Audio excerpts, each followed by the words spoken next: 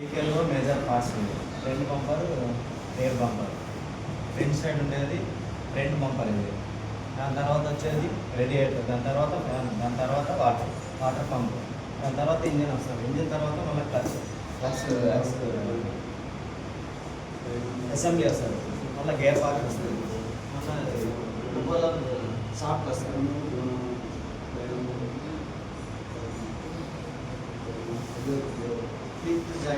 Joint వస్తుంది. దాని తర్వాత వస్తుంది, మళ్ళీ లేయర్ బంపర్ వస్తుంది.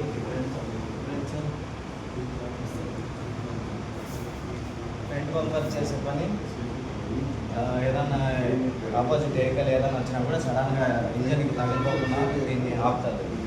దాని తర్వాత ఇంజన్కి హీట్ అవుతుంది కాబట్టి కూలింగ్ చేసింది 3 వీల్ అవుతుంది. ఇంజన్ పని ఏంటి, పవర్ సప్లై చేస్తుంది. వెహికల్ కూడా దానికి పవర్ చెప్తుంది. ఈ క్లచ్ పని ఏంటంటే దానికి తొందరగా హెవీగా పోకుండా క్లచ్ మూమెంట్ని బట్టి దాన్ని క్లచ్ ద్వారా పవర్ కనెక్ట్ డిస్కనెక్ట్ చేస్తుందా? పవర్ కనెక్ట్ డిస్కనెక్ట్ చేస్తుంది.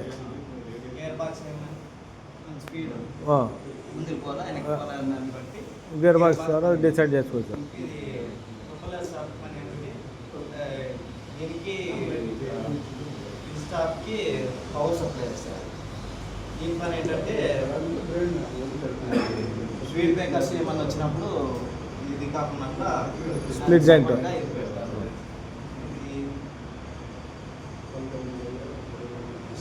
అంటే దీని పవర్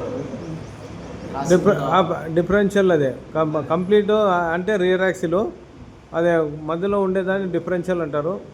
ఆ డిఫరెన్షియల్ ద్వారా మనకి ఏమే లాభం అంటే టర్నింగ్లో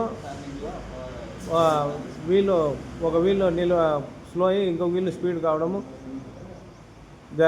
అందువల్ల మనకి ఈజీగా టర్నింగ్ చేసుకునే అనుకూలంగా ఉంటుంది ఈ డిఫరెన్షియల్ ఉంటే. అది complete rear axle, rear bumper ఏమే